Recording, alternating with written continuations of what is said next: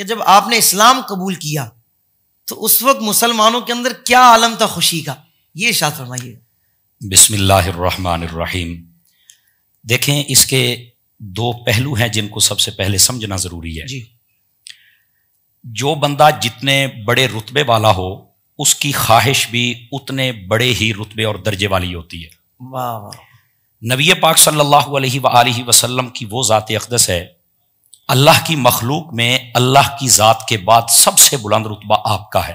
سبحان یہ میرے آقا نے خواہش کا اظہار فرمایا کہ یا اللہ عمر کو خاص طور پر اسلام کی دولت عطا فرما دے۔ سبحان اللہ، سبحان اللہ، اللہم اعز الاسلام بعمر بن الخطاب، خاصتاً کے لفظ موجود ہے۔ اللہ، ویسے ایک حدیث شریف میں ابو جہل کا بھی ساتھ ذکر ہے کہ ان دونوں میں سے جو محبوب ہے وہ عطا فرما، اللہ، اور دوسری میں خاص سیدنا فاروق اعظم کا نام ہے۔ سبحان اللہ، تو نبی پاک صلی اللہ علیہ وسلم کی ذات گرامی جتنی عظیم ہے، حضور کی خواہش بھی تو اتنی عظیم ہوگی نا۔ تو یہاں سے آپ اندازہ لگائیں حضرت سیدنا فاروق اعظم رضی اللہ تعالیٰ عنہ آپ کی شان و عظمت کا بھی اور خواہش مصطفیٰ صلی اللہ علیہ وسلم، یہیں پر ہمارے علماء فرماتے ہیں یہ مراد رسول ہیں، اور جب کلمہ پڑھ لیا تو یہ مرید رسول بھی ہو گئے۔ سبحان اللہ۔ یہ سیدنا فاروق اعظم رضی اللہ عنہ، اور جس دن آپ نے کلمہ پڑھا نا، یہ ناسخ التاریخ اور دیگر کتب پڑھ کے دیکھے نا، تو اس میں نبی پاک صلی اللہ علیہ وسلم کھڑے ہو کر آپ بغل گیر ہوئے لوگوں سے مبارکبادیاں دی جانے لگی کہ میرے عمر نے آج اسلام قبول کر لیا ہے۔ واہ واہ، اچھا، اس کا دوسرا پہلو یہ ہے، ایک تو جن کی خواہش ہو انہیں خوشی ہوتی ہے، دوسری بات یہ تھی کہ جب حضرت سیدنا عمر بن خطاب رضی اللہ عنہ آپ نے جب کلمہ پڑھا نا، تو اس وقت جتنے بھی موجودین تھے، یہ ہم نے رمضان شریف میں بھی بتایا تھا کہ 39 مرد اور 11 عورتیں تھیں، 40 میں آپ تھے جنہوں نے کلمہ پڑھا تھا۔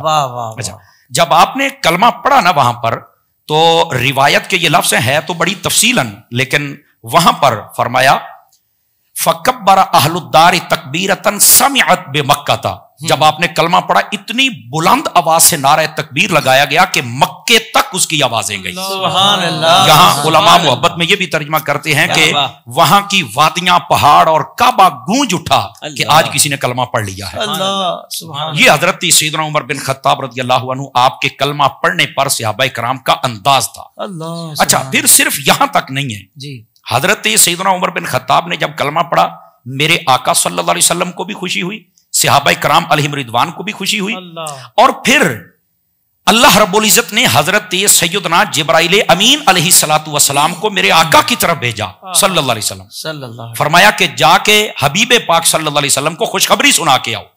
لما اسلم عمر، فرمایا جب حضرت عمر نے اسلام قبول کیا، نزل جبرائیل، اس وقت حضرت سیدنا جبرائیل امین علیہ السلام آپ جلوہ گر ہوئے اور آ کے کیا کہا، فقالا، انہوں نے آ کر نبی پاک صلی اللہ علیہ وسلم کی خدمت میں آ کر عرض کیا، لقد استبشر اہل السماء، فرمایا جو آسمان والے ہیں آج وہ بھی مبارکبادیاں دے رہے ہیں۔ یعنی کیسی شخصیت ہے، نبی پاک صلی اللہ علیہ وسلم بھی خوش ہیں، صحابہ کرام علیہم رضوان بھی خوش ہیں، اور آسمانوں پر بھی خوشیوں کے چرچے اٹھے ہوئے ہیں۔ تو یہ حضرت سیدنا فاروق اعظم رضی اللہ تعالیٰ عنہ آپ کا قبول اسلام اور خوشی کا اظہار تھا۔ اور پھر صرف یہاں تک نہیں ہے، حضرت سیدنا فاروق اعظم رضی اللہ عنہ آپ کے گھر میں بھی بڑی خوشی کا اظہار تھا، چونکہ آپ کی جو بہن جن کا نام حضرت فاطمہ تھا، اور آپ کے بہنوئی جن کا نام حضرت خباب تھا، انہوں نے کلمہ پڑھ لیا تھا۔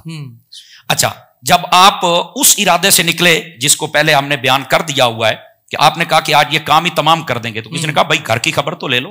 آپ جب وہاں پہنچے، ساری بات ہے کہ آپ نے بہنوئی کو مارا، بہن کو مارا، تو بہن نے ایک جملہ بولا، اے عمر سن، تو بھی خطاب کا بیٹا ہے، میں بھی خطاب کی بیٹی ہوں، پر یہ یاد رکھنا دامن مصطفیٰ نہیں چھوٹ سکتا، یہ تلواریں ہمارے ٹکڑے کر دو۔ تو اس وقت حضرت سیدنا عمر بن خطاب رضی اللہ عنہ آپ نے کہا مجھے بتاؤ تو صحیح کہ تم نے کیوں اپنا دین چھوڑ دیا ہے؟ تو انہوں نے کہا دینہ کا غیر الحق، جو تیرا دین ہے، دینوں کا غیر الحق، جو تیرا دین ہے وہ حق نہیں ہے، اس میں حق ہے ہی نہیں ہے۔ انہوں نے کہا حق کدھر ہے؟ انہوں نے کہا حق تو مصطفیٰ والے دین میں۔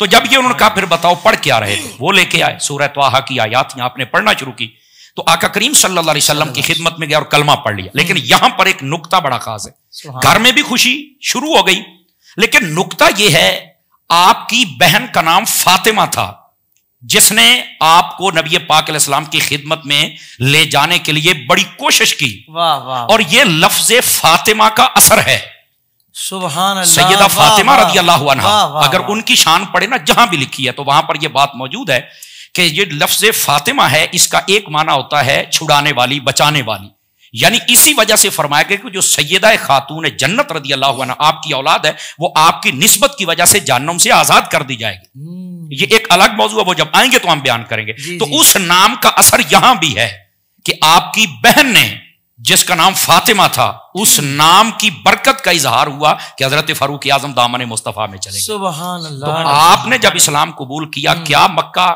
کیا نبی پاک علیہ السلام، کیا صحابہ کرام، کیا اہل بیت، ہر جگہ خوشی کا اظہار تھا۔ اللہ تبارک و تعالیٰ نے آپ کو یہ شان و کمال عطا فرمائی۔ واہ واہ واہ، سبحان اللہ، سبحان اللہ۔